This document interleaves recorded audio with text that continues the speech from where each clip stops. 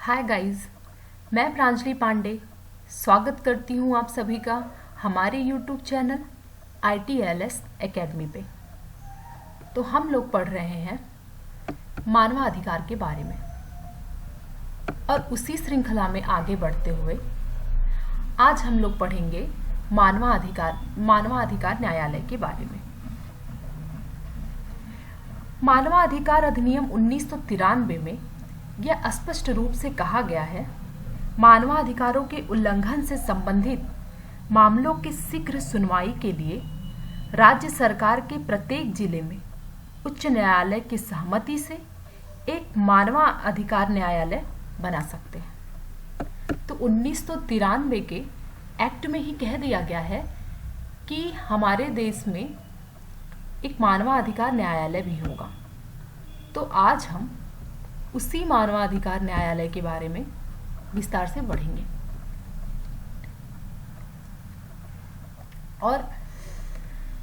और ये भी कहा गया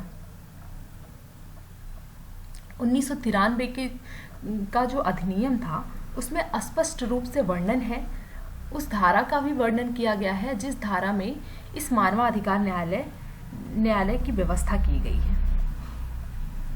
और ये कहा गया है कि राज्य सरकार के प्रत्येक जिले में उच्च न्यायालय की सहमति से एक मानवाधिकार न्यायालय बना सकते हैं। अर्थात आपके जिले में भी हर जिले में यह न्यायालय देखा जा सकता है। यह कोई जरूरी नहीं कि वह न्यायालय हो ही। अगर बाय द वे आपके अर्थात आवश्यकता पड़ने पे उच्च न्यायालय के सहमति पर इसे बनाया जाएगा। कोई ज़रूरी नहीं है कि ये आपके ज़िले में हो ही। अगर आपके ज़िले में ये नहीं है तो आपको मंडल स्तर पे देखने को मिल जाएगा ये जो मानवाधिकार न्यायालय है, लेकिन होगा ज़रूर, ये बात मैं कहना चाह रही हूँ। और कहीं कहीं तो कुछ राज्यों तथा कुछ ज़िलों में तो अभी इसकी व्यवस्था भी नहीं की गई है, लेकिन अधिकतर राज्यों ने इसकी कुछ राज्य ऐसे हैं जिन्होंने इसकी व्यवस्था की है। अगर इनकी व्यवस्था की है तो आपके ज़िले में या फिर मंडल स्तर पे आप ये मानवाधिकार न्यायालय देख पाएंगे अपने यहाँ।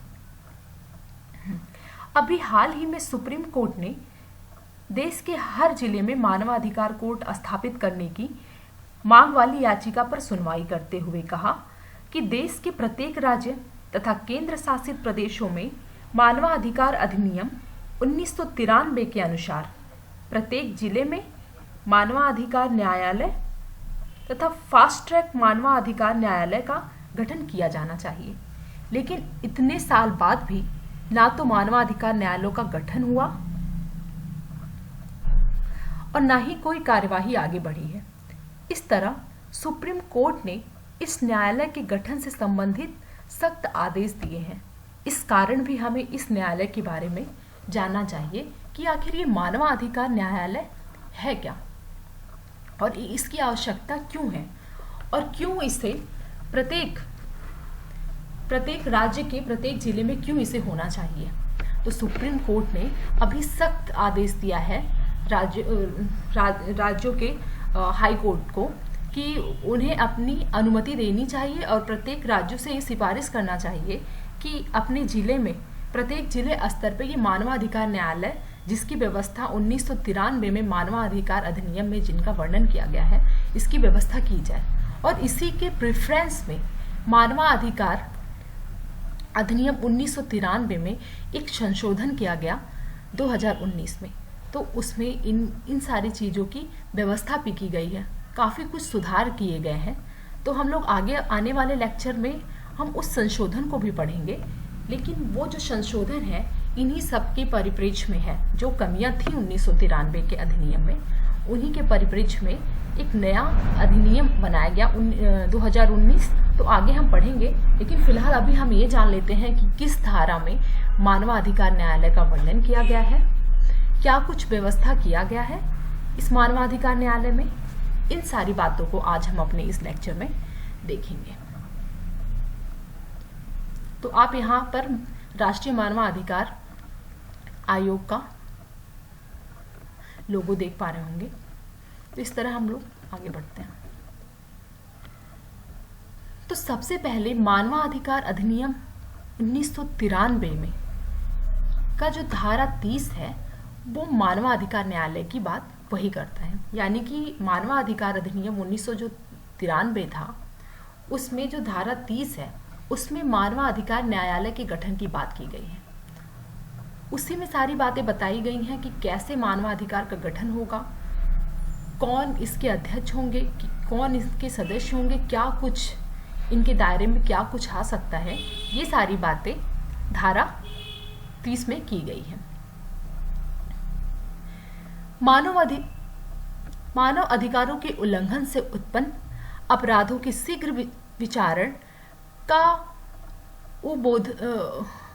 आबोध करने के लिए राज्य सरकार उच्च न्यायालय के मुख्य न्यायाधीश की सहमति से अधिसूचना द्वारा प्रत्येक जिले के लिए उक्त अपराधों पर विचारण करने के लिए एक सत्र न्यायालय को मानव अधिकार न्यायालय होने के रूप में वे निर्दिष्ट करेगी। यानी कि धारा 30 में ये बात बताया जा चुका है कि जो राज्य सरकारें हैं वो उच्च न्यायालय के मुख्य न्यायाधीश के सहमति से राज्य के प्रत्येक जिले में किसी भी मानवाधिकार हनन संबंधी कैसा भी अपराध या मामला है उस पर विचार करने के लिए एक सत्र न्यायालय, एक फास्ट ट्रैक कोर्ट की व्यवस्था कर सकेगा, मानवाधिकार न्यायालय के रूप में जो कार्य करेगा। तो ये बात हमारे 1993 के अधिनियम, मानवाधिकार अधिनियम में इसका वर्णन कर दिया गया है। परंतु यह कि इस धारा में कि कोई बात लागू नहीं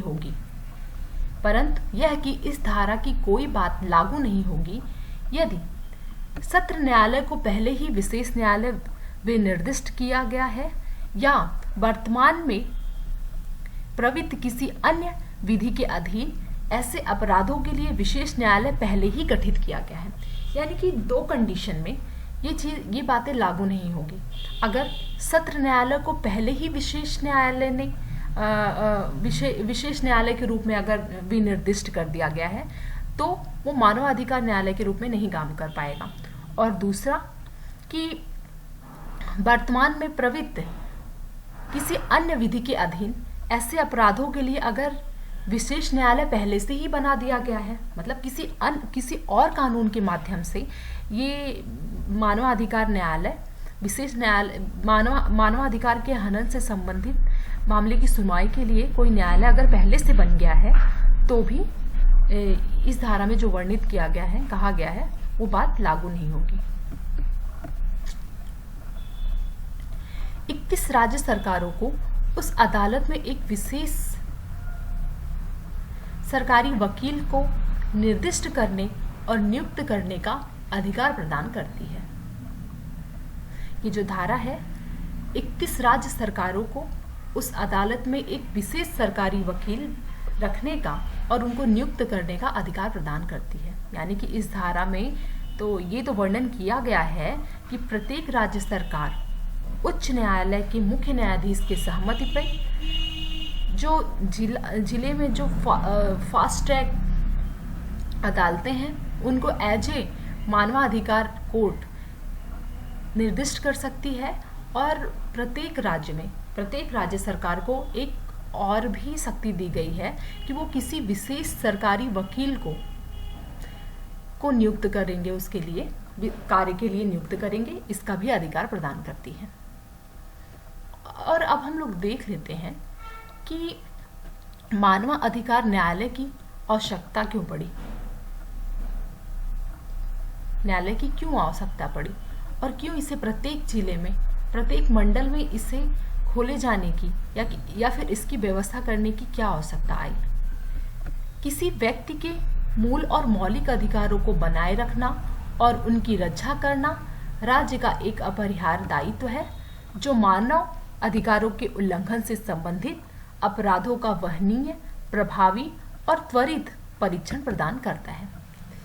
हमारे भारत के संविधान में मौलिक अधिकारों को प्रत्येक नागरिक को दिया गया है, तो उन्हीं मौलिक अधिकारों को या फिर कह सकते हैं प्रत्येक व्यक्ति के मानवाधिकारों की रक्षा करने के लिए राज्य का ये दायित्व बन जाता है, क्योंकि हमारे संविधान के नीति निर्देशक तत्वों में राज्य के कुछ दायित्वों को निर्धारित किया गया है। तो उन्हीं दायित्वों के तहत एक दायित्व ये भी है कि मानव अधिकारों के उल्लंघन को से संबंधित अपराधों को देखने के लिए, प्रत्येक व्यक्ति के मानवाधिकारों को लोगों तक पहुंचाने के लिए, उनकी देख रेख करने के लिए, उनका परीक्षण करने के लिए प्रत्येक राज्य का ये कर्तव्य बनता है कि उनके लिए एक मानवाधिकार न्यायालय का गठन करे और ज़्यादा से ज़्यादा लोगों के मानवाधिकारों के जो उल्लंघन हो रहे हैं, इन समस्याओं का समाधान करे।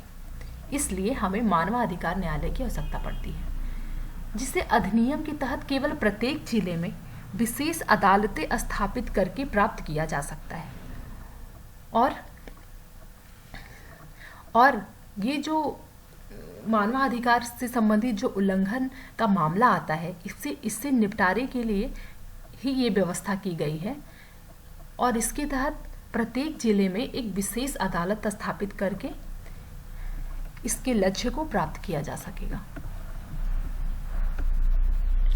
अब हम मानवाधिकार न्यायालय की पृष्ठभूमि को समझते हैं। 2001 से 2010 तक राष्ट्रीय मानवाधिकार आयोग यानी कि NHRC, जो राष्ट्रीय स्तर पर बना है मानवाधिकार आयोग, ने दर्ज किया कि 14,231 यानी 4.33% व्यक्तियों की देश में पुलिस और न्यायिक हिरासत में मृत्यु हो गई। याचिका में कहा गया कि पुलिस हिरासत में 1,504 मौतें और 2001, 2002 से 2009 तथा 2010 तक न्यायिक हिरासत में 12,727 मौतें हुई और इन मौतों के एक बड़े हिस्से का कारण हिरासत में यातना है। यानी कि अब आप इन आंकड़े से ये अनुमान लगा सकते हैं कि किस तरह हमारे भारत देशों में मानवाधिकार का हनन हो रहा है। और ये आंकड़ा केवल हिरासत में, यानी कि एक कैदी व्यक्तियों को किस तरह यातना दी जाती है, हिरासत में जिन्हें यातना दी जाती है, और कैदी व्यक्तियों के मानवाधिकारों का किस तरह हनन हुआ है, उसकी रिपोर्ट है केवल ये, जिसके तहत आप देख रहे हैं कि 4.33% व्यक्ति की पुलिस और न्यायिक हिरासत में मृत्यु हो गई है 2001 से 2010 तक। और फिर यहाँ आता है कि याचिका में कहा गया कि पुलिस हिरासत में 1,504 की मौतें हुई हैं 2001, 2002 से, और 2009 और 2010 तक न्यायिक हिरासत में 12,727 मौतें हुई। तो आप देख सकते हैं किस तरह हमारे भारत देश में मानवाधिकार का उल्लंघन हो रहा है, किस तरह मानवाधिकारों की हत्या की जा रही है केवल हिरासत में। इंडिया ह्यूमन राइट्स रिपोर्ट 2018 ने विभिन्न अधिकारों के उल्लंघन जैसे कि पुलिस की क्रूरता, यातना और अधिक हिरासत और मुठभेड़ों में हुई मौतों, जेलों और हिरासत केंद्रों, मनमानी गिरफ्तारी और गैर कानूनी हिरासत, निष्पक्ष सार्वजनिक परीक्षण से इनकार करने पर प्रकाश डाला है। और जो इंडिया ह्यूमन राइट्स रिपोर्ट 2018 एक निकला था, इसमें बताया गया है और इसमें स्पष्ट किया गया कि अधिकारों के उल्लंघन जैसी बहुत सारे मामले जैसे पुलिस की क्रूरता, यातना, अधिक हिरासत, मुठभेड़ में जो मौतें हो जा रही हैं, और फिर जेलों और हिरासत केंद्रों में जो मनमानी गिरफ्तारी हो रही है, गैर कानूनी हिरासत, मनमानी तरीके से गैर कानूनी हिरासत में लोगों को लिया जा रहा है, निष्पक्ष सार्वजनिक परीक्षण से इनकार करने पर प्रकाश डाला है। और इस निष्पक्ष सार्वजनिक परीक्षण से इनकार करने पे ये जो रिपोर्ट है इसने प्रकाश डाला है।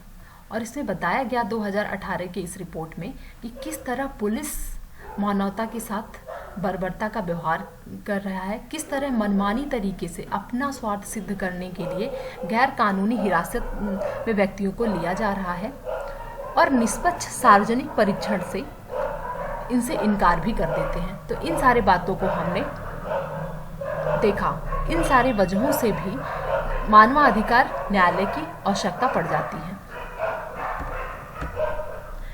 मानवाधिकार अधिनियम ने प्रत्येक जिले में विशेष अदालतों की स्थापना करने का आह्वान किया था, ताकि मानव अधिकारों के उल्लंघन और दुरुपयोग से उत्पन्न होने वाले अपराधों का त्वरित परीक्षण हो सके।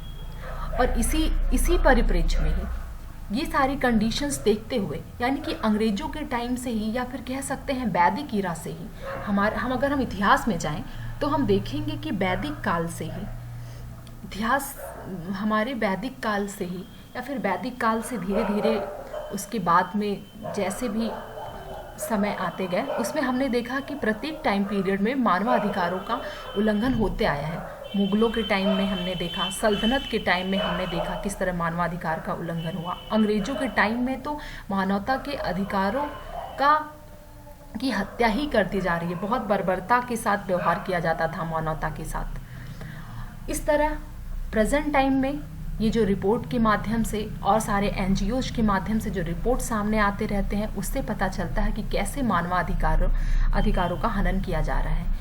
इन सब के परिप्रेक्ष्य में ये सब देखते हुए 1993 के अधिनियम में मानवाधिकार न्यायालय की व्यवस्था इसी परिप्रेक्ष्य में किया गया था।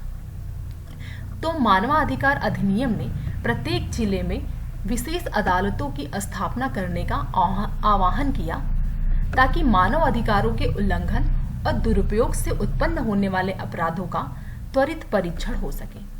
यानी कि अगर कहीं भी मानवाधिकारों का उल्लंघन हो रहा है, कहीं भी दुरुपयोग हो रहा है, तो उससे उत्पन्न होने वाले जो अपराध हैं उनको तुरंत उनका परीक्षण किया जा सके, उस पर तुरंत रोक लगाई जा सके और तुरंत न्याय मिल सके। इसलिए इस न्यायालय की आवश्यकता पड़ी और इस न्यायालय के गठन का जो बात है, का जो प्रावधान है, इस अधिनियम में किया गया। प्रदेश में मानवाधिकार संबंधित मामलों को देखने के लिए राज्य मानवाधिकार आयोग का गठन किया गया है।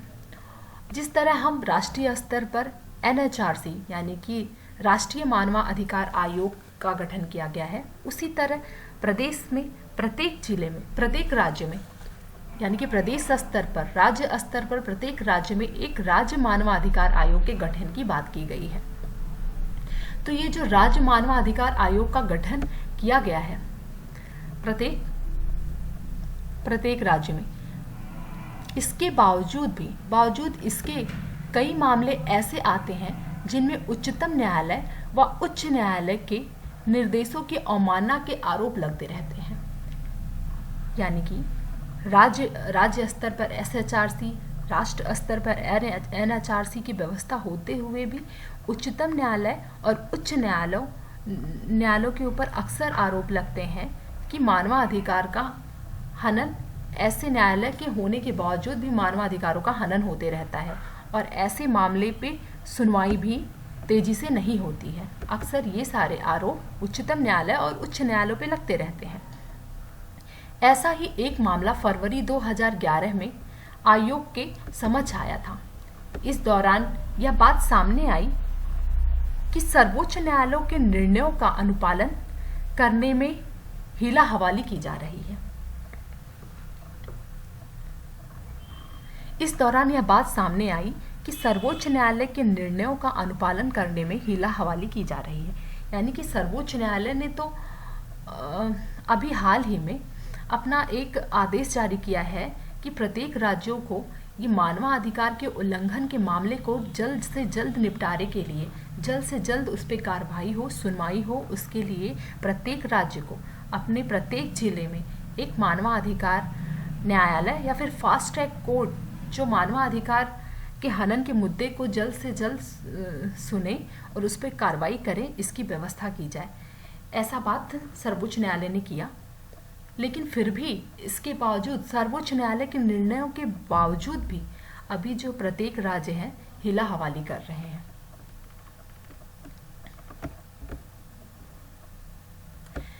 इस पर आयोग ने अपना निर्णय देते हुए सरकार से इस तरह के प्रकरणों के लिए अलग न्यायालय गठित करने के निर्देश दिए थे। सुप्रीम कोर्ट ने तो अभी दिया ही, उसके बावजूद तो जो आयोग है, NHRC है, जो SHRC है राज्य स्तर पर, तो आयोग ने अपना भी निर्णय दिया सरकार को। सुप्रीम कोर्ट ने तो सरकार से कहा ही कि आप अपने प्रत्येक जिले में जिसकी व्यवस्था 1993 के अधिनियम में की गई है, उसके तहत आप प्रत्येक जिले में तो मानवाधिकार न्यायालय की व्यवस्था करिए, तो उस पर तो अभी भी राज्य सरकारें हिल्ला हवाली कर रही हैं, मतलब उसके तहत अभी भी वो कार्य नहीं कर रही हैं। बहुत सारे राज्य ऐसे हैं जहाँ पे अभी मानवाधिकार न्यायालय की कोई व्यवस्था नहीं की गई है, बल्कि सुप्रीम कोर्ट ने बहुत सख्ती से इस बात का निर्देशन दिया था राज्यों को। और जो ये आयोग है NHRC और SHRC, इन आयोगों ने भी सरकार को निर्णय दिया था और सिफारिश भी किया था कि ऐसे प्रकरणों के लिए एक अलग न्यायालय गठित करने का निर्देश दिया था। इस पर लंबे समय तक कवायद चली।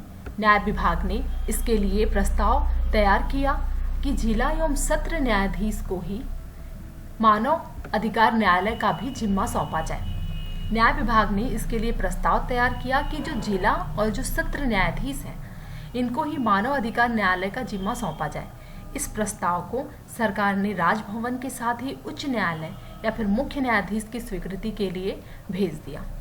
ऐसा काम सरकारों ने किया है कि जिसकी सिफारिश आयोग ने की थी, SHRC एंड NHRC जैसे आयोगों ने की थी, और उसी प्रस्ताव को सरकार ने क्या किया, राजभवन के साथ साथ इसे उच्च न्यायालय और मुख्य न्यायाधीश की स्वीकृति के लिए इसे भेजा है।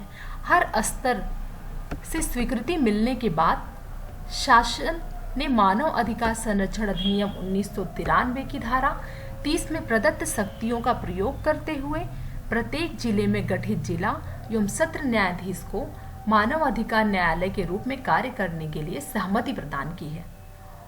और जब केंद्र सरकार ने इस प्रस्ताव को राज्य भवन और उच्च न्यायालय और मुख्य न्यायाधीशों के पास स्वीकृति के लिए भी भेज दिया, तो वहाँ से इसकी स्वीकृति भी मिल गई। और हर स्तर से स्वीकृति मिलने के बाद से शासन ने मानव अधिकार संरक्षण अधिनियम जो 1993 की धारा में जिस चीज़ की व्यवस्था की गई है, उसी शक्ति का प्रयोग करते हुए प्रत्येक जिले में तो एक न्यायालय की व्यवस्था की जाती है, तो उसी न्यायालय में जिला एवं सत्र न्यायाधीशों को मानव अधिकार न्यायालय के रूप में कार्य करने के लिए अपनी सहमति प्रदान करती है। यानी कि अब तो सरकार की तरफ से या फिर सुप्रीम कोर्ट या हाई कोर्ट की तरफ से भी सहमति प्रदान कर दी जा चुकी है। तो अब इसकी व्यवस्था तो प्रत्येक राज्य सरकारों को करनी चाहिए। यानी कि आज हमने अपने लेक्चर में पढ़ा कि ये मानवाधिकार न्यायालय की व्यवस्था कहाँ की गई है और क्यों इसकी आवश्यकता है, किस तरह मानवाधिकारों का उल्लंघन प्रत्येक जिले स्तर पर, राज्य स्तर पर, राष्ट्र स्तर पर किए जा रहे हैं। इन कारणों से मानवाधिकार न्यायालय की कितनी ज़्यादा आवश्यकता हो जाती है, और बल्कि सुप्रीम कोर्ट किस तरह सख्ती से अपना निर्देशन दिया है, इसके बावजूद भी अभी राज्य सरकारें हिल्ला हवाली कर रही हैं। इन सारी बातों को हमने अपने इस लेक्चर में पढ़ा और समझा। इस तरह मुझे जहाँ तक उम्मीद है आप सभी लोगों को धारा 30 में वर्णित सारी बातों को आप लोग समझ लिए होंगे। और ये अक्सर ऐसे क्वेश्चंस भी पूछ लिए जाते हैं कि हमारे मानवाधिकार अधिनियम 1993 की किस धारा में मानवाधिकार न्यायालय की व्यवस्था की गई है, और राज्य सरकारें ही क्यों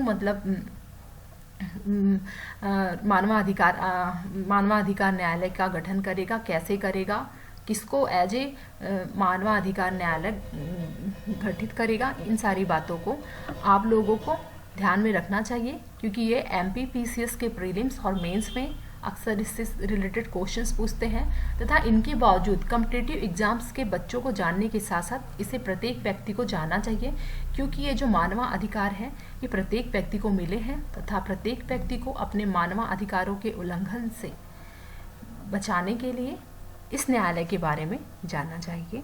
तो थैंक यू फॉर लिसनिंग।